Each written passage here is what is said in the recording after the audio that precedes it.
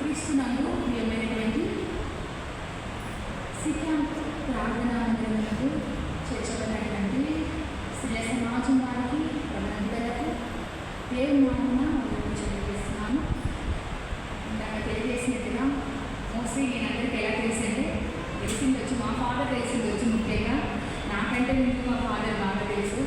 ఇక్కడ ఉన్నటువంటి పాస్టర్ మా రాణి పాస్టర్ మా టీచర్ అనమాట. అంటే పాటలు సింగర్, ఎప్పుడు పాటలు పాడేది అనమాట. చిన్న పిల్లలు అప్పుడు ఎక్కడ ఏ ప్రోగ్రామ్ జరిగినా పాటలు పాడేవాళ్ళు. మంచి సింగర్.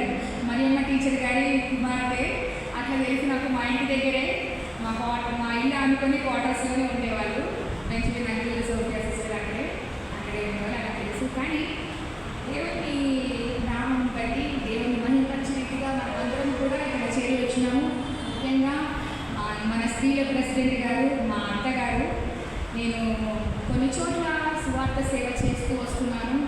మేము సిద్దిపేటలో చేస్తున్నప్పుడు చాలామంది అడిగారు సువార్త సేవ చెప్పాలి అని చెప్పేసి. ఎందుకంటే మేము అప్పటికే యూట్యూబ్ ఛానల్ రన్ చేస్తున్నాము. యూట్యూబ్ ఛానల్లో మేము వాక్యం పెడతా ఉన్నప్పుడు చాలామంది అడిగారు. కానీ అప్పుడు సిద్దిపేట చాలా దూరంగా ఉన్నది అనేసి నేను ఎక్కడికి వెళ్ళలేకపోయాను. ఇప్పుడు ఫ్రీ బస్ అందరికీ స్త్రీలకు. అలాగే నేను ఆత్మకూరు టౌన్ చర్చ్, గ్రేస్ దేవుడు బ్యాప్టిస్ట్ టౌన్ చర్చ్ మీద పాస్టర్గా ఉంటున్నాను. మా హస్బెండ్ 20 years నుంచి సేవ చేస్తున్నారు. తర్వాత ఆయనతో పాటు నేను కూడా సేవ చేస్తున్నాను. పలు చోట్ల కొన్ని మాసముల నుండి పలు చోట్ల 80 days Fridays exactly Friday 80 days నేను పలు చోట్ల వెళ్ళి సువార్త సేవ చేస్తున్నాను.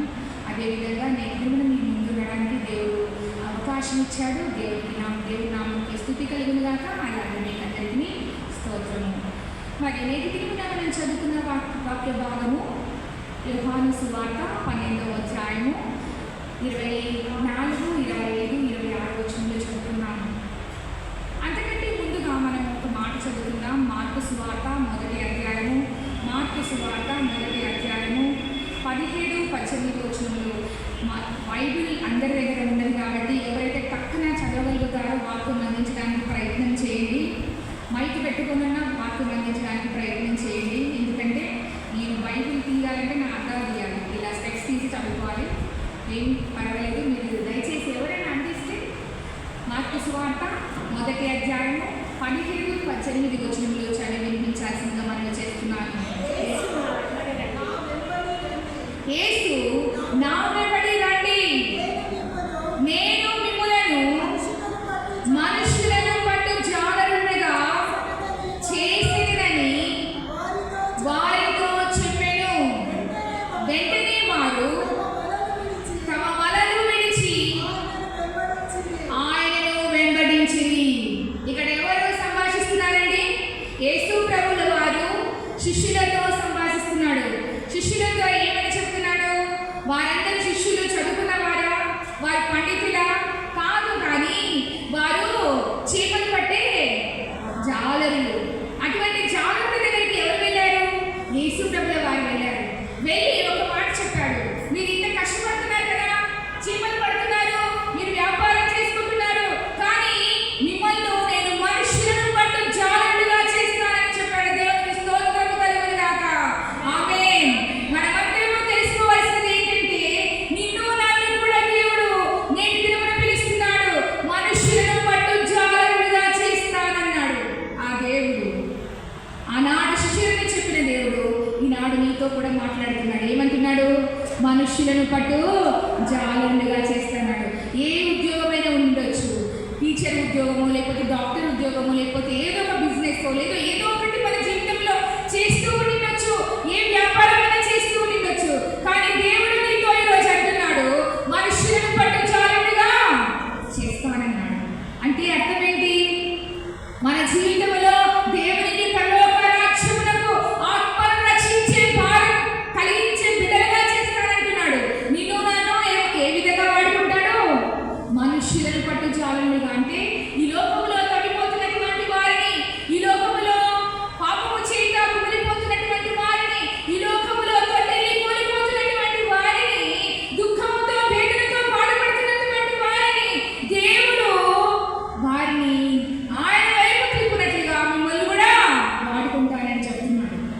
మనుషులను పట్టుజాలనిగా చేస్తానన్నాడు. వాళ్ళు ఏం చేశారు? వెంటనే ఎప్పుడైతే యేసు ప్రభుల వారు అన్నారు, మనుషులను పట్టుజాలనిగా చేస్తాను, నా వెంబడే రండి అన్నాడు. ఆయన follow అవ్వమన్నాడు. He asked them to follow him. ఎప్పుడైతే he asked his disciples to follow him, they followed them. Is it they followed them or they followed him? చెప్పాలి. ఎవరిని ఫాలో అయ్యారండి? యేసు ప్రభుని ఫాలో అయ్యారు వాళ్ళు. డిసైపుల్స్ అందరూ ఏం చేశారు? యేసు ప్రభుల వారిని వెంబడించారు. ఏమి వదిలిపెట్టారు? వారి వలను వదిలిపెట్టేశారు. వారు పట్టించినటువంటి వారి జాగ్రత్తలు కాబట్టి వాళ్ళ వ్యాపార వృత్తి అయినటువంటి ఆ వల చాలా ఇంపార్టెంట్. చేపలు పట్టడానికి వల లేకుంటే చేపలు పట్టలేరు. అటువంటి స్థితిలో దేవుడు వారిని పిలిచాడు. కానీ వారు ఏం చేశారు? వెంటనే ఏం చేశారండి? వారి వ్యాపారములకు కావలసినటువంటిది, జీవనోపాధి కావలసినటువంటి దాన్ని వదిలివేసి విడిచిపెట్టి యేసు ప్రభుల వారిని వెంబడించారు. నేటి దినమున మనం అలా చేయగలుగుతామా? సిలువ శ్రమలు జ్ఞాపకం చేసుకుంటున్నాము. 40 దినములు సిలువ శ్రమలను జ్ఞాపకం చేసుకుంటున్నాము. సిలువలో యేసు ప్రభు బలి అయినటువంటి ఆ సిలువ రక్తము చేత కడగబడిన వారము మనను ఒకవేళ దేవుడు పిలిస్తే, ఆయన వైపు మనుషులను పట్టుచాలుగా చేస్తానని ఒకవేళ పిలిస్తే, నిన్ను పిలిస్తే ఆయన వెంబడిస్తావా? ఒకవేళ ఆయన వెంబడించే బిడ్డగా ఉంటే ఈనాడు దేవుడు నీతో మాట్లాడుతున్నాడు. ఏమని మాట్లాడుతున్నాడు? నిన్ను నన్ను కూడా వాడుకుంటున్నాడు. మనుషులను పట్టుచాలని. ఈ లోకంలో మనం ఎన్నో వ్యాపకాలు చేస్తుంటాం, ఎన్నో రకాలుగా జీవిస్తుంటాం. కానీ దేవుడు మాత్రము మనం ఎప్పుడు విడిచిపెట్టేవాడు కాదు. ఎన్ని రకాలుగా మనం ఆయన మర్చిపోయినా కూడా ఆయన మాత్రం మనను విడిచిపెట్టేవాడు కాదు. దేవునికి స్తోత్రము. ఆయన ఎప్పుడు మనల్ని విడిచిపెట్టేవాడు కానే కాదు. ప్రియ దేవుని బిడ్డలారా, దేవుడు చెప్తున్నాడు నేటి దినమున, మీరు నా వెంబడి రండి. ఫాలో మీ అంటున్నాడు. He is the leader for all of us. He is asking us to follow him. ఎప్పుడైతే ఆయన ఫాలో అడుగుతున్నాడో వెంటనే మనకున్నటువంటి జీవనోపాధిని, మన వ్యాపారం ఉన్నటువంటివి అన్నీ మనకు కావాల్సినటువంటివి, మనకి ఏదైతే అవసరమో అవన్నీ కూడా త్యజించి ఉపేక్షించి ఆయన సిలువను మోయాలి. ఆయన వెంబడి వెళ్ళాలి. అదే దేవుడు చెప్తున్నాడు. రెండవదిగా మనం చూస్తున్నాము మొదటి యోహాను పత్రిక 2వ అధ్యాయం 17వ వచనము. మొదటి యోహాను పత్రిక 2వ అధ్యాయం 17వ వచనము. మొదటి యోహాను పత్రిక 2వ అధ్యాయము 17వ వచనము. లోకమును దాని ఆశ కలిగించును, కానీ దేవుడిచ్చు ఏంటండి? దేవుని చిత్తము చరించువాడు నిరంతరము నిలుచును. నేను కథ చెప్తాను. కథ కాదు, నిజంగా జరిగిన విషయం చెప్తాను. 150 సంవత్సరాల క్రితము మన దేశమునకు ఇంగ్లాండ్ దేశస్థులు అక్కడ కొన్ని పరిస్థితులు బాగాలేనప్పుడు వారు ట్రేడ్ చేసుకోవడానికని వాళ్ళు ఏం చేశారు? మన భారతదేశమే కాదు చాలా దేశాలు వెళ్ళారు. వెళుతూ ఉన్నప్పుడు ఏం జరిగింది? వాళ్ళు వెళ్ళి సువార్త ప్రకటన చేశారు. వాళ్ళలో చాలా మంది మిషనరీలుగా మన ఇండియాకు వచ్చారు. ముఖ్యంగా ఎటువైపు వచ్చారంటే నార్త్ ఈస్ట్ ప్రాంతాల్లో వచ్చారు. నార్త్ ఈస్ట్ ప్రాంతాల్లో వారు వాక్యం చెబుతూ ఉన్నారు. ఎక్కువగా వారు ట్రైబల్ ఏరియాకి వెళ్ళారు. కొండ ప్రాంతాలు, కొండ జాతులు ఎక్కడైతే ఉంటారో వారి దగ్గరికి వెళ్ళి సువార్తను ప్రకటిస్తున్నటువంటి ఆ మిషనరీస్ యొక్క వాక్యం విని అక్కడ చాలా మంది దేవుని వైపు తిరగాలనుకున్నారు. కానీ అది కాని పని. ఎందుకంటే వారికి ఆ ట్రైబల్ పీపుల్కి, కొండ జాతి వారికి ఒక చీఫ్ ఉంటాడు, ఒక హెడ్ ఉంటాడు అనమాట. ఆయనకు భయపడి వారు దేవుని వైపు తిరగకుండా ఉన్నారు. కానీ వారిలో ఒకడు నాక్సన్ అనే ఒక అతను, కొండ జాతి వాడు, ట్రైబల్ పీపుల్ లో ఉన్నటువంటి ఒక వ్యక్తి. His name is Naxon. గుర్తుపెట్టుకోండి, ఆ నాక్సన్ అనే వ్యక్తి దేవుని వైపు తిరిగాడు. ఆయన ఒక్కడే ఆ మిషనరీస్ చెప్పిన మాటలు విన్నాడు. ఆయనలో కార్యం జరిగింది. ఆయన ఏం చేశాడంటే చాటుమాటుగా చాలా మంది ప్రజలందరినీ, వాళ్ళ ట్రైబల్ పీపుల్ని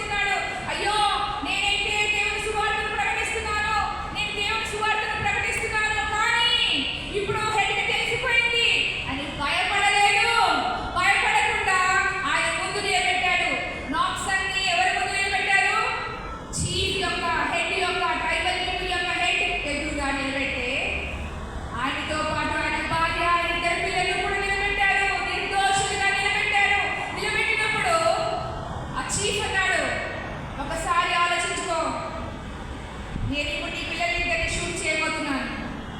ఆ ట్రైబల్ పీపుల్ వాళ్ళ దగ్గర ఏముంటాయి? అమ్ములు, బాణములు ఉంటాయి. ఆ బాణము చేత వాడిని చంపేస్తానని చెబుతాడు. వెంటనే ఆయన ఏమన్నా తెలుసా? ఒకటే ఒక మాట అన్నాడు, I have decided to follow Jesus, no turning back, no turning. ఏమన్నాడు? యేసుని మాత్రమే నేను వెంబడిస్తాను, నేను వెనుతిరగను అన్నాడు.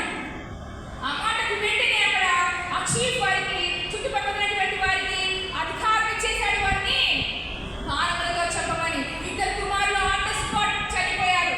వారిద్దరికి బాణం వేశారు, చనిపోయారు. తల్లి ఏడుస్తుంది, భార్య ఏడుస్తుంది. ఎంతో బాధకరంగా ఉంది. కానీ నాక్సన్ మాత్రం వెనుతిరగలేదు.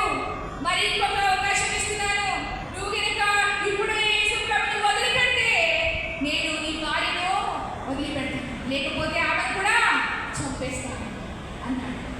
అంటే దేవుడు ఆయన అన్నాడు, నాక్సింగ్ అన్నాడు, ఒకటే మాట అన్నాడు, నా ముందు ఏముంది? సిలువ ఉంది. The cross, the world before me, the cross behind me అన్నాడు. దేవునికి స్తోత్రము కలుగును గాక. ఒకటే మాట అన్నాడు, నా ముందు లోకము, నా వెనుక సిలువ. సిలువను చూడాలా? లోకమును చూడాలా? నేను మాత్రం వెనుతిరగను అని చెప్పాడు. వెంటనే ఆన్ ద స్పాట్ మళ్ళీ షూట్ చేసి బాణముల చేత చంపబడినది ఎవరు? భార్య. చనిపోయినా కూడా ఏమి బాధపడలేదు. అలాగే నిలబడుకొని చూస్తున్నాడు. కానీ ఎవరున్నారు ఆయన వైపు? దేవుడు ఉన్నాడని నమ్మకము. దేవుడు ఉన్నాడని నమ్మకము చేత ఆయన మాట అన్నాడు. ఎంత మంచి మాట అంటే, ఎవరు రాకున్నా, ఎవరు నా వెంట లేకపోయినా నేను మాత్రము దేవుని వెంబడిస్తాను అని చెప్పాడు. ఎంత మంచి మాట. లాస్ట్ ఇంకొక opportunity. He has only one chance. ఏంటి? నువ్వు కూడా బతుకుతావా? బ్రతకలేవు. ఆ యేసయ్యను వదిలిపెడితే నువ్వు బ్రతకగలుగుతావు, లేకపోతే నువ్వు కూడా చనిపోతావు అని అంటే, దో నన్ గో విత్ మీ, ఎవరు నాతో పాటు రాకపోయినా కూడా still I will follow Jesus అన్నాడు. ఏమన్నాడు? ఎవరు నాతో రాకపోయినా నేను ఆయనను వెంబడిస్తాను అని చెప్పాడు.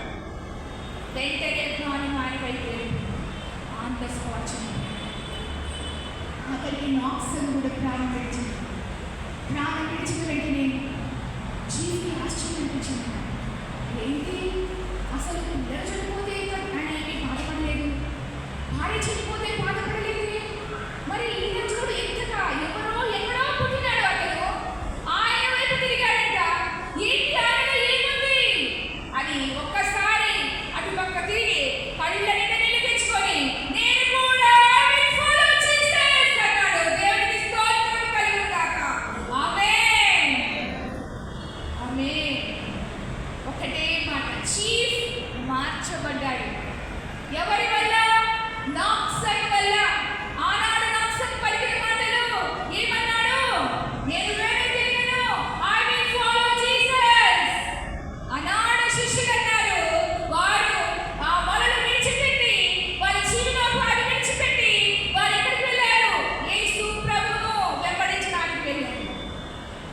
నేడు మీతో కూడా ఆనాడు వారిలో ఉన్నటువంటి ఫెయిత్, ఆనాడు వారిలో ఉన్నటువంటి నిరీక్షణ, ఆనాడు వారిలో ఉన్నటువంటి కాన్ఫిడెన్స్ అయి ఉండొచ్చు, విశ్వాసం అయి ఉండొచ్చు. కానీ ఆనాడు వారిలో ఉన్నటువంటి ఆ ఫెయిత్ ని ముందు పెట్టుకొని మనం నడవాలి. ఎఫెసీయుల రాసిన పత్రికలో మనం చూస్తాము, 12వ అధ్యాయం 1వ వచనంలో చెప్తారు కదా, ఇంత గొప్ప సాక్షి సమూహము మేఘం వలె మనల్ని ఆవరించింది.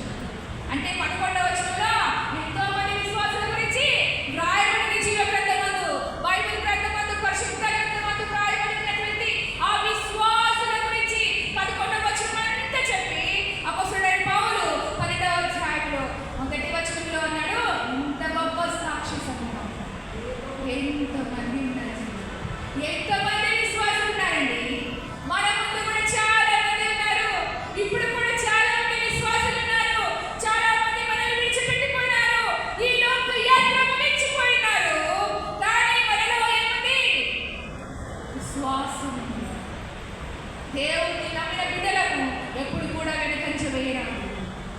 ఈనాడు దేవుడితో మాట్లాడాడు.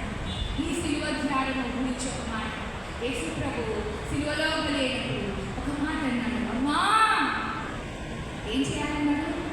మీ గురించి, మీ పిల్లల గురించి ఏడవండి అమ్మా, నా కోసము ఏడవకండి. ఏడుస్తున్నారా తల్లులారా? మీ పిల్లల కోసం ఏడుస్తున్నారా? మీరు ఒక్కరు రక్షణ పొందితే చాలా? నీ బిడ్డలు రక్షణ పొందాలని లేదా? వారు పొందుకోవాలని లేదా? బాప్తిస్మం తీసుకోవాలని లేదా? పరలోక రాజ్యం చేరాలని లేదా? ఒకసారి ఆలోచించుకో. నీ బిడ్డలు ఎటువైపు ఉన్నారు? ఎటువైపు చూస్తున్నారు? ఈ సమయం మంది ఎక్కడున్నారు అని ఒకసారి ఆలోచించుకున్నాను. చెడు క్రియలు చేస్తున్నారు, ఈ లోకాధికారులు లోబడుతున్నారు. ఒక సెల్ ఉంటుందండి మన చేతిలో, టైనీ జైంట్ అంటారు దాన్ని. ఏమంటారు? It's very small giant. అది ఏం చేస్తుంది? లోకమంతా మనకు చిన్న టైనీ జైంట్ లో చూపిస్తుంది. అదేం చేస్తుంది? ఇన్స్టాగ్రామ్ షార్ట్స్, యూట్యూబ్ షార్ట్స్ రకరకాలుగా స్క్రోల్ చేసుకుంటూ మన జీవితంలో నాశనం చేసుకుంటున్నామేమో. ఒకసారి ఆలోచించండి. అదే దేవుడు చెప్తున్నాడు ఒకటే మాట. ఏమంటున్నాడు? నన్ను వెంబడించండి. ఒకసారి జ్ఞాపకం చేసుకోండి. యేసు కోసం ఆయన మన కోసం ఎందుకంత బలయ్యాడు, ఇందుకోసం ఆయన ఇంతగా ప్రాణత్యాగం చేశాడు. పేతురుతో అన్నాడు కదా ఒకసారి, వెలుగుగా ఉండి ప్రార్థన చేయలేదు. ఏం చేస్తున్నాడు పేతురు? నిద్రపోతున్నాడు. టైం వచ్చింది జీసస్కి. Jesus what a call. ఏంటంట? ఆయన సుఖశ్రమ పొందాడు, ఆయన శిలువలో పనేవాడు. ఆ టైంలో ఏం జరిగింది? ఒకటే మాట చెప్పాడు, మీరు నిద్రపోకండి. మీరు నిద్రిస్తున్నారా? సాతాను వస్తున్నాడు, అపవాది వస్తున్నాడు, దాన్ని పట్టుకొని పోవడానికి వస్తున్నాడు. సమయం ఆసన్నమైంది, మీరు మెలకువగా ఉండి ప్రార్థన చేయండి అంటే యేసు ప్రభువు నిజమైన తోట్ల ముందుకు వెళ్ళి కొండపై పెట్టేనే ఏం చేస్తున్నారు శిష్యులు? మన జీవితంలో అలాగే ఉన్నామా? ఇజ్రాయెల్ దేశం, ఇరాన్ దేశం, యుఎస్ ఎంత యుద్ధం జరుగుతుంది. దేవుడు చెప్పాడు కదా 24 మత్తయి సువార్తలో, రాజ్యం మీదికి రాజ్యం లేచును అన్నాడు కదా. జరుగుతున్నాయా లేదా? ఇవి చూసి మనం కడవరకు ఆలోచనలో ఉన్నామని ఒకసారి జ్ఞాపకం చేసుకోండి. అంత్య దినాల్లో ఉన్నామని మనం జ్ఞాపకం చేసుకోవాలి. ఎప్పుడు వచ్చినా ఏమైనా వచ్చినా మనకు తెలియదు కనుక మనం వెలుగు కలిగి జీవించాలి. ప్రార్థన జీవితంతో ఉండాలి. ఎడతెగక ప్రార్థన చేయాలి. దేవా ఎప్పుడు వస్తావయ్యా? మా ఆత్మ సిద్ధంతో ఉంటాం నాయనా. ఆత్మ సిద్ధమే కానీ శరీరం బలహీనమైనట్టుగా కాదు నాయనా. మేము జీవితంలో ఎప్పటికీ సిద్ధపడి ఉంటాము నాయనా. 10 మంది కన్యకలు, 5 మంది జ్ఞానవంతులైన కన్యకలు, ఆ కన్య బుద్ధిమంతులైన కన్యకలమై ఉంటామయ్యా. ఈ రాకడలో మేమందరము దివిటీలు పట్టుకొని ఎక్కబడే గుంపులో ఉంటామయ్యా అని మనం ప్రార్థన చేయాలి. ఏ రోజు కూడా మనము నిరసించిపోయి కష్టాలు వచ్చినప్పుడు, వేదనలు వచ్చినప్పుడు, బాధలు వచ్చినప్పుడు, ఇంటి సమస్యలు ఏవో వచ్చినప్పుడు, ఎవరైనా మన ఇంట్లో నుంచి వెళ్ళిపోయినప్పుడు, ఎవరైనా మన ఇంట్లో మన బిడ్డలే కలిగిపోయినప్పుడు, ఎవరైనా ఇంకా ఏదైనా బాధ పెట్టినప్పుడు దేవుని మర్చిపోయే బిడ్డలుగా ఉండకుండా దేవుని వైపు చూసి ఆయన వైపే చూస్తూ, అయ్యా ఆత్మ సిద్ధంగా ఉన్నాయా? We are ready to come before Lord. We are prepared, Lord. We have to be prepared to go to heaven when God comes. When we hear the trumpet call, దేవుడు మహాశబ్దం ఏం చేస్తాడు? బూరముదాన్ని. ప్రతి ఆకాశం ముందు ఆయన ప్రత్యక్షమైనప్పుడు ఒక బూరముదాన్ని అన్నాడు. ఆ బూర శబ్దం విన్నప్పుడు కొన్ని రెండు పాటలో మనం ఎక్కడికి చేరబడాలి? మేఘాల మీద ఆకాశం వైపు చూస్తున్నటువంటి దేవుడి వైపు మనం వెళ్ళాలి. లేకపోతే ఇక్కడే నిలబడి బిడ్డలుగా ఉంటాం. మన జీవితాలు ఎలా ఉంటాయి? ఒకసారి ఆలోచిద్దాము. మరి ఒక మాట మనం చదువుకుందాము. మొదటి సమయాల గ్రంథము 3వ అధ్యాయము 10వ వచనము. Please increase the volume. మొదటి సమయాలు 3వ అధ్యాయం 10వ వచనము. మొదటి సమయాలు 3వ అధ్యాయం 10వ వచనము. తరువాత యెహోవా ప్రత్యక్షమై నిలిచి ఆ రీతిగా సమూయేలు సమూయేలు సమూయేలు అని పిలువగా సమూయేలు ఏం చెప్పాడండి? నీ దాసుడు ఆలకించుచున్నాడు. ఏమన్నాడు? నేటి దినమున దేవుడు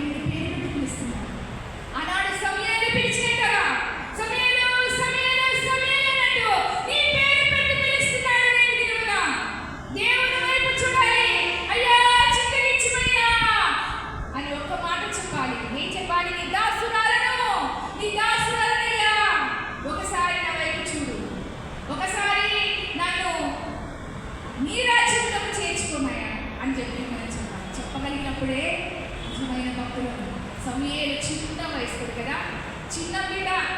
తల్లి ఎంతో బాధపడి చాలా సంవత్సరాలు గుండ్రాలుగా ఉండి కన్న బిడ్డ దేవుని సన్నిధిలో ఏడ్చి కన్నీళ్లు విడిచి ఆమె పొందుకున్నటువంటి బిడ్డను ఆమె ప్రతిష్ఠించింది దేవుని మందిరములో, షిలోము మందిరములో.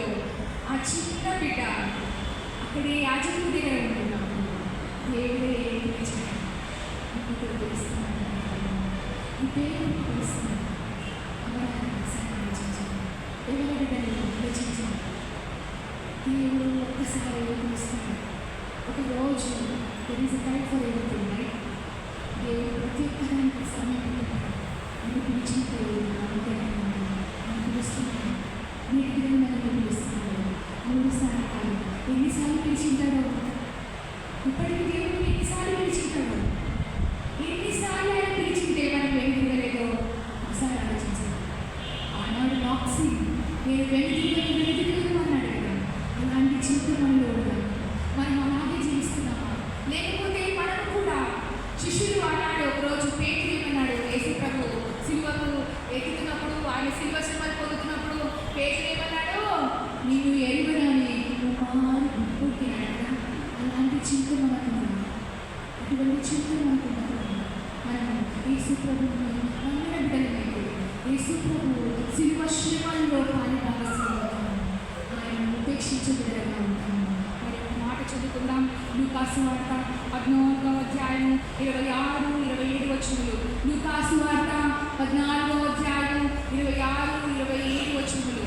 లూకాసు వార్త 14వ అధ్యాయం 26, 27 వచనములు. ఎవడైనాను నా యొద్దకు వచ్చి తన తండ్రిని, తల్లిని, భార్యను, పిల్లలను, అన్నదమ్ములను, అక్క చెల్లెళ్ళను, తన ప్రాణమును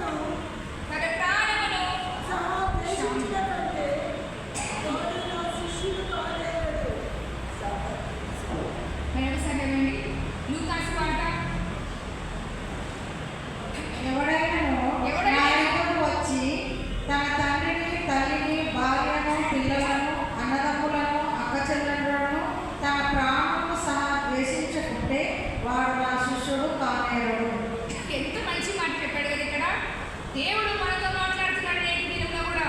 ఎవడైనాను తన సిలువను మోసుకొని నన్ను వెంబడింపనియడలా వాడు నా శిష్యుడు కానేరడు. ఎవరెవరు వదిలిపెట్టారండి? తండ్రిని, తల్లిని, భార్యను, పిల్లలను, అన్నదమ్ములను, అక్క చెల్లెలను, తన ప్రాణమును సహా ద్వేషింపకుంటే వాడు నా శిష్యుడు కానేరడు. 27వ వచనంలో, మరియు ఎవడైనా తన సిలువను మోసుకొని నన్ను వెంబడింపనియడలా వాడు నా శిష్యుడు కానేరడు. ఆయన సిలువను మోసుకొని వెంబడించాలంట. సిలువ అంటే భారము, ఎంతో భారము. ఆయన ఆ భారాన్నంతా మోసేశాడు. ఒక్కసారి మోసాడు కదా, ఆయన ఒక్కసారి మోసాడు.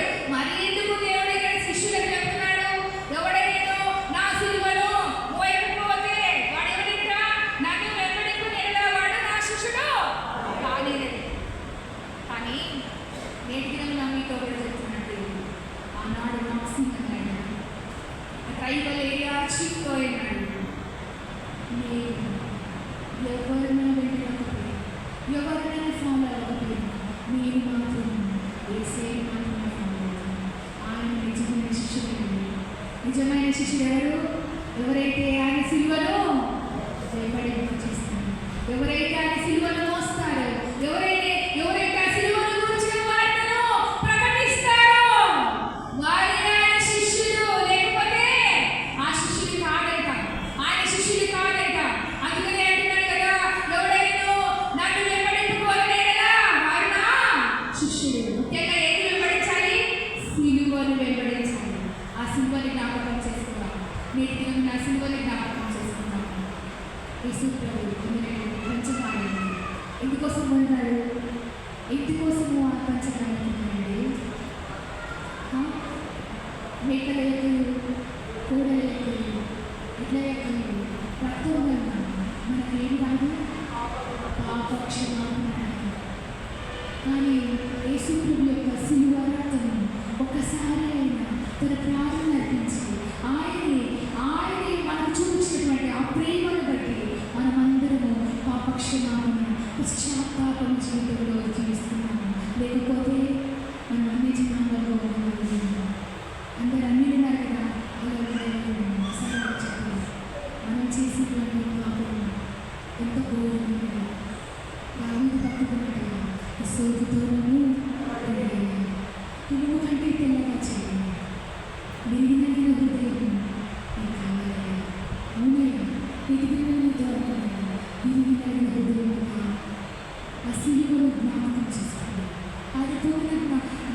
పొందినటువంటి గాయాలను జ్ఞాపకం చేసుకుంది.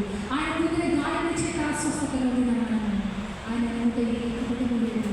ఆయన దూషితబడి మరియు దూషితబడి ఆయన శివకట్టబడి బెదిరింపక ఏం చేశాడన్నా? ఎవరికి అప్పగించినాడు? న్యాయముగా తీర్పు తీర్చు దేవునికి తను తాను అప్పగించుకున్న ఆ దేవుడిని చూడండి. ఆ దేవుడు ఒక్కసారి సిలువలో బలయ్యాడు, రక్తమంతా కార్చాడు, నీరునంతా కార్చాడు. ఆయన ఎముకల్లో ఒకటి విరగలేదు. 39 దెబ్బలు కొరడాలను కొట్టించుకున్నాడు. నీవు నాటి చాలని దున్నపడినది. అది నీ కోసం నా కోసం కాదా? ఆయన వెంట్రుకలు బిగించుకున్నాడు, కొరడాలను కొట్టించుకున్నాడు, వాడావిడాన్ని దూషింపబడ్డాడు, ఉమ్మి వేయించుకున్నాడు. ఆయన నీ కోసమే చేశాడు కదా ఇవన్నీ. ఎన్ని బాధలు అనుభవించాడు. మనం ఎలాంటి జీవితం జీవిస్తున్నాము? క్రీస్తు యేసుని కలిగిన ఈ మనసు మీకు కూడా ఉన్నదా? ఒకవేళ మీరు కలిగి ఉంటే ఆయనలాగానే ఆయన సిలువను ఎత్తుకొని ఉపేక్షించి బిడ్డలుగా ఉండాలి. ఆయన బిడ్డలుగా మీరు జీవిస్తే ఆయన రాజ్యమునకు వారసులు అవుతారు. లేదంటే నా శిష్యుడు కామరుడు అంటే మీరెవరో నేను ఎరగనంటాడు. ఆనాడు అన్నాడు కదా, తలుపు మూయబడినది. 10 మంది బుద్ధి లేని కన్యకలు వచ్చినప్పుడు తలుపు మూయబడిన తర్వాత పెళ్లి కుమారుడు వెళ్ళిన తలుపు మూయబడిన తర్వాత మీరెవరో మీరు ఎరగని చెప్తుంటారు. ఆ జీవితం అనుకోవాలి. దేవుడు ఎప్పుడు వచ్చినో తెలియదు, ఏ వేళ వచ్చినో తెలియదు, ఎప్పుడు వస్తాడో తెలియదు. ఆ రాకడ ఎప్పుడో కాదు, చాలా సమీపంగా ఉంది. మనమందరం మంచి దినాలు ఉన్నాయి, కడవరి కాలం దినంలో ఉన్నాము, ఉగ్రతాదిలో ఉన్నాము. దేవుడు మనతో మాట్లాడుతున్నాడు. నేటి దినం ఒకసారి ఆలోచించుకోండి. నాక్సింగ్ పైన పాట పాడుతున్నాము. నాక్సింగ్ ఇంటి నుంచి పాట పాడారు కదా, ఆ పాట పాడుకుంటూ దేవుని స్థిద్దాము. ఇంగ్లీష్లోని తెలుగులోని 2 విధాలుగా పాడుకుందాము. I have decided to follow Jesus. I have decided to follow Jesus.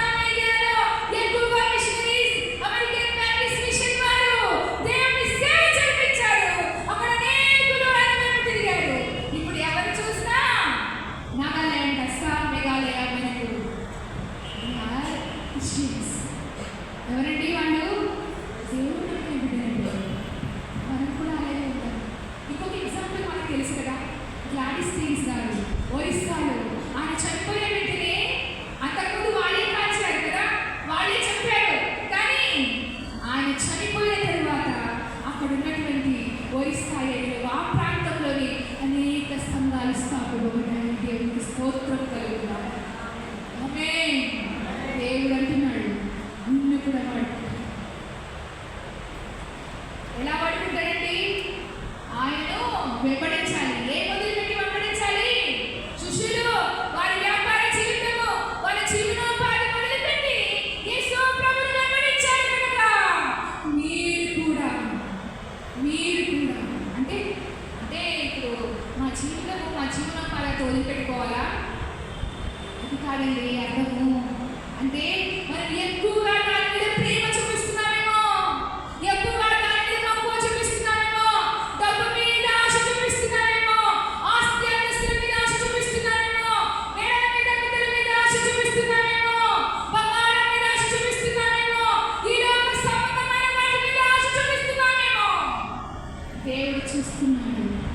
దేవుడు ప్రతి వారిని ఎరుగును, ప్రతి హృదయంలో పరిశీలిస్తున్నాడు. ఈ విషయంలో మనం వెలుగం చేస్తున్నాం. ఆయన శిలువను ఆయన శిష్యులుగా చేయడానికి మనం అవన్నీ తీర్చాలి, అవన్నీ ఉపేక్షించుకోవాలి. దేవుని వైపు ఈ సూపర్ చూడాలి. ఆయన పొందిన గాయం మనం స్వస్థత పొందినాము కాబట్టి మనమంతా కూడా నేటి దినము శుక్రవారం నాడు ఉపవాస ప్రార్థన నిమిత్తం వచ్చిన మనమందరం శోధనలు జయించుకుంటూ ఉపవాస ప్రార్థనలో పాల్గొనేటప్పుడు ప్రతి బిడ్డ యొక్క మనోనేత్రము తెరిచి, ప్రతి ఒక్క బిడ్డ యొక్క వేదన ఎరిగిన దేవుడు, బాధను ఎరిగిన దేవుడు, మీలో ఏ సమస్య ఉందో ఆ సమస్యను పరిష్కరించే దేవుడు, మన గొప్ప దేవుడు. ఆయన సిలువలో ఒక్కసారి బలియాడు. ఆయన సాతాను తన కాళ్ళ కింద చీలిగా త్రొక్కినాడు. ఆమేన్. దేవుడు మన పట్ల ఆ సిలువలోనే ఒక్కసారి ఆయన సిలువని జ్ఞాపకం చేసుకోండి. ఒకసారి ఆయన సిలువని జ్ఞాపకం చేసుకోండి. ఆయన సిలువ శ్రమని జ్ఞాపకం చేసుకోండి. ఆయన సిలువలో పొందిన గాయాలను జ్ఞాపకం చేసుకోండి. నేటి దినమున మన తలంపుల చేత ఆయన తల మీద ముళ్ళ కిరీటములుగా పెట్టుకున్నాడా లేదా అండి? ఇంత బాధ అనిపించాడండి మన కోసమే. మన చేతులతో చేసిన పాపముల కొరకే ఆయన సిలువ రాళ్ళపై చేతులలో చీలను పెట్టించుకోలేదా? ఎవరండి డౌట్పడ్డారు? నిజంగా సిలువ పొందిన దేవుడైనా అనుకుంటున్నారనేటువంటి యేసు ప్రభువును చూసినవారు ఎవరు? తోమా. ఆయనే వచ్చాడు, మన దేశంలోకి వచ్చాడు. కేరళ రాష్ట్రము అక్కడ అంత ప్రదేశాల్లో తిరిగి ఆయన యేసు ప్రభు శిష్యుడిగా ఈ దేశంలోకి వచ్చి సిలువను గూర్చిన వార్తను అందరికీ ప్రకటించాడు. మొట్టమొదటి వ్యక్తి తోమాని. ఆ తర్వాతనే అందరు బ్రిటిషర్స్ వచ్చారు. చాలా మందికి తెలియక ఏమంటారు? బ్రిటిషర్స్ వచ్చి ఇంజెక్ట్ చేశారంట. ఏమి ఇంజెక్ట్ చేశారండి? క్రిస్టియానిటీని ఇంజెక్ట్ చేశారంట. It's not religious, it's not religion, it is a way. దేవుడు అన్నాడు, నేనే మార్గము సత్యము జీవము అన్నాడు. ఆ దేవుడు మార్గము సత్యము జీవము. కానీ ఆయన ఒక మత ప్రచారకుడు కాదు. మనం కూడా మత ప్రచారం చేయడం లేదు. We are showing his way. We are following his way. We have to follow his way. We have to make others to follow him. మనం కూడా ఆయన వైపు తిప్పాలి. అలా మన జీవితాల్లో మనం ఆలోచించుకున్నాం. ఒకసారి కాళ్ళతో చేసిన కాలం, చెడు త్రోవలో నడిచిన కాలం, కాళ్ళలో మేకు పుట్టించాలి. ఆయన అన్ని మారి వ్యసనాక్రాంతులుగా చేయాలి. బతుకు మీ కూడా గొర్రెపిల్లలు మౌనం వహించిన దేవుడు ఒకసారి జ్ఞాపకం చేశారు. ఈ నా పాపమును క్షమించిన దేవుడు, ఆయన తుడిచిన దేవుడు, ఆయన ప్రాణం పెట్టిన దేవుడు. కన్నీరు పంచడుగా దేవా నీ వైపే చూస్తానయ్యా, నిన్నే వెంబడిస్తానయ్యా.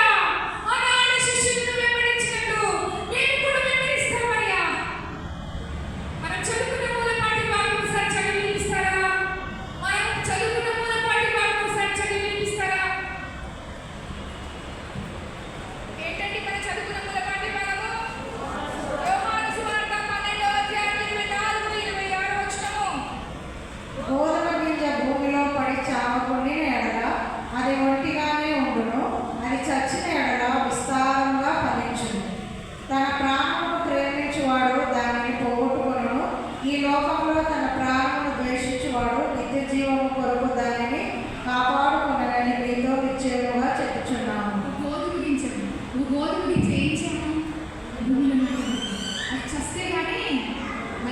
కూడా మన జీవితంలో కూడా మనం దేని గురించి చావాలండి?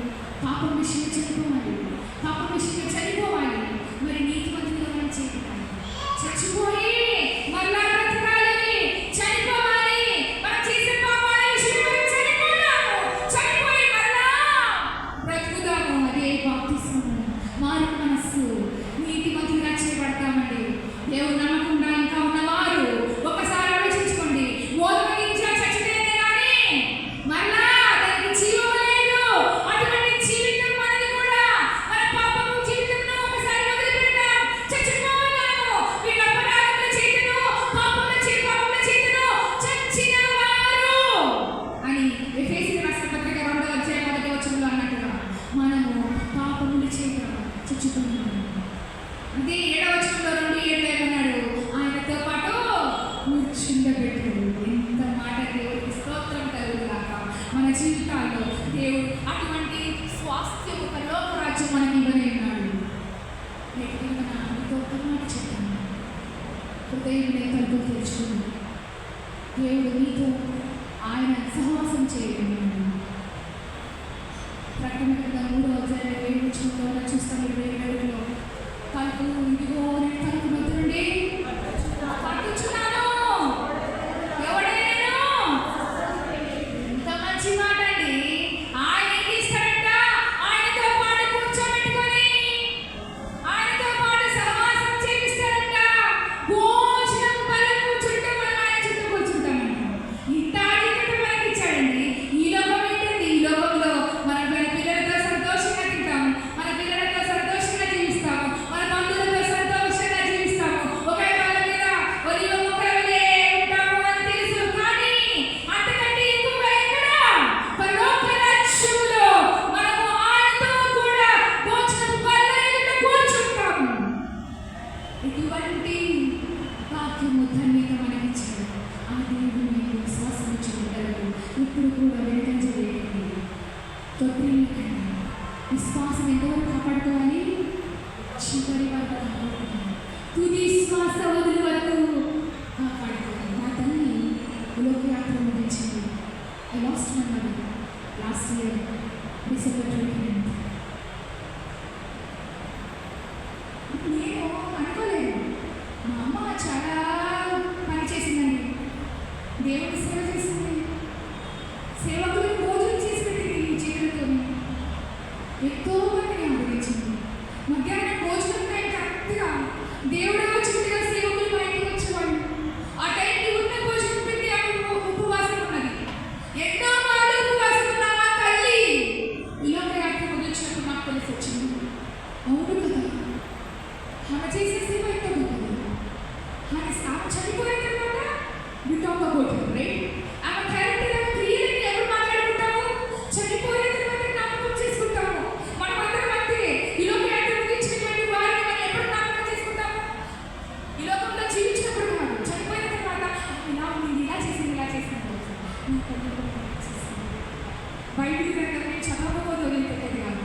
6 మంది పిల్లలు, మొదటి అధ్యాయము చివరి అధ్యాయం అప్పచెప్పాలి. నేను కీర్తనల గ్రంథం చిన్న చిన్న అధ్యాయం సమ్మర్ వస్తే చదివించేది. ఒక టీచర్గా మా క్లాస్లో ఫస్ట్ ర్యాంక్ కావాలంటే ఆ తల్లినే నేను అసలు మర్చిపోలేను. స్కూల్లో సెకండ్ స్కూల్లో ఫస్ట్ ర్యాంక్ వచ్చిందంటే నాకు మా తల్లి.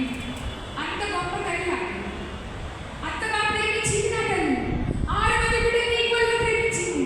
6 మంది బిడ్డలకి దేవుని పరిచయం చేయాలి ఎలా నేర్పించింది. దేవుని బిడ్డలు ఎలా ప్రేమించాలని నేర్పించింది. దేవుని సేవకులు ఎలా ప్రేమించాలని నేర్పించింది. ఆ తల్లి ఎంతగా దీవురాలుగా 10 సంవత్సరాలు విడిపోయి ఉంది. ఏ రోజు నాకు పెట్ సోర్సెస్ రాకుండా మా ఫాదర్ చూసుకున్నాడు. ఒక్కరు 6 నెలలు పడుకుంటేనే పెట్ సోర్సెస్ వస్తుంది.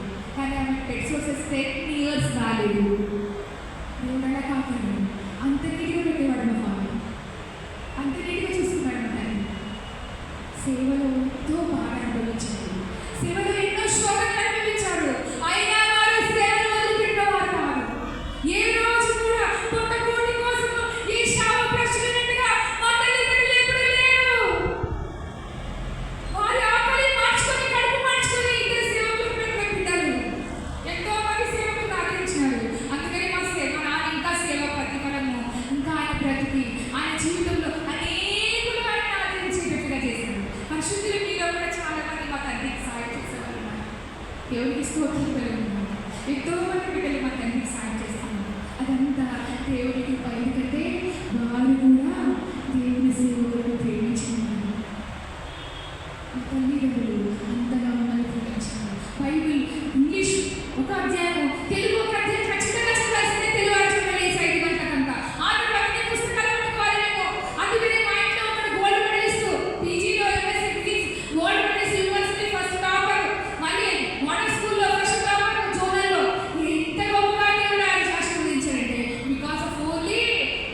బైబిల్. ఈ వాక్యమే మమ్మల్ని నిలబెట్టింది. ఈ వాక్యమే మమ్మల్ని నిలబెడుతూనే ఉంది. దేవుడు మిమ్మల్ని కూడా నిలబెడతాడు. ఒక్కసారి ఆలోచిద్దాం. లూకాసు వార్త 9వ అధ్యాయం 23వ వచనము. లూకాసు వార్త 9వ అధ్యాయం 23వ వచనము చదువుకుందాం. ఇదే చివరి మాట. దేవుడు మీతో మాట్లాడుతున్నాడు నేను వినునా. లూకాసు వార్త 9:23వ వచనం ఒకసారి చదవండి. అందరూ చదవండి. బైబిల్ ఉన్న వారందరూ తెరిచి లూకాసు వార్త 9:23వ వచనం చదవండి.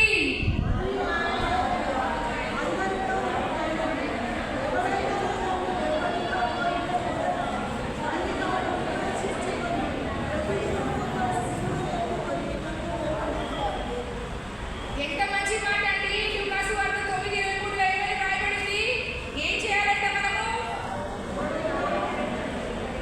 దేవుడు చెప్తున్నాడు. యేసు ప్రభు ఈ లోకంలో ఉన్నప్పుడు చెప్పాడు. ఎంత మంచి మాట. ఎవడైనను నన్ను వెంబడింపకోరిన యెడల తను తాను ఉపేక్షించుకొని ప్రతిదినము తన సిలువను ఎత్తుకొని నన్ను వెంబడింపవలెను. ఏం చేయాలంట? ప్రతిదినము తను తాను ఉపేక్షించుకొని ఏం చేయాలి? ఆయన సిలువను ఏం చేయాలండి? ఎత్తుకొని వెంబడించాలి. ప్రతిరోజు చేద్దామా? ప్రతిరోజు ఆయన సిలువను జ్ఞాపకం చేసుకుందామా? ఈ 40 దినములు మటుకే కాదు, ప్రతి దినము ఆయన సిలువను జ్ఞాపకం చేసుకుందాము. ఆయన సిలువలో పడినటువంటి గాయముల చేత మనం స్వస్థపొందిన వారము కాబట్టి మనం ఆయన సిలువను ప్రతి దినము జ్ఞాపకం చేసుకుందాము. దేవుడు నిన్ను నన్ను నేటి దినము అడుగుతున్నాడు. నేను వెనుదిరిగాను. మన జీవితంలో ముందు తిరిగే జీవితంలో మనం ఉంటారు. దేవుడు అంటున్నాడు కదా, నేటి దినంలో నీతో మాట్లాడుతున్నాడు. ఏ రోజు కూడా వేరు తిరిగే బిడ్డలుగా మన జీవితంలో ఉన్నాడు.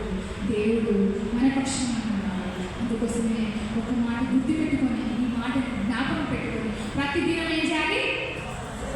సిలువను ఎత్తుకొని వెంబడించాలి. అది మనం చేస్తాం. దేవుడి వాక్యము మన వీటిలో దీవించి ఆశీర్వదించిన దాక దయతో క్షమించండి. లేట్ అయిపోయింది. టైం ఎక్కువ తీసుకున్నాను. ఐ థింక్ 3 times వార్నింగ్ ఇచ్చినారు నాకు. Caution warning. Okay, sorry. ఏమంటే ఇదొక మాట గుర్తుపెట్టుకొని మనం అన్ని ఉపేక్షించి ఆయన మాత్రము వెంబడించి బిడ్డలుగా ఉండాలి. దేవుడి మాటను మనం దీవించి ఆశీర్వదించుకున్నాను. నా వెంబడి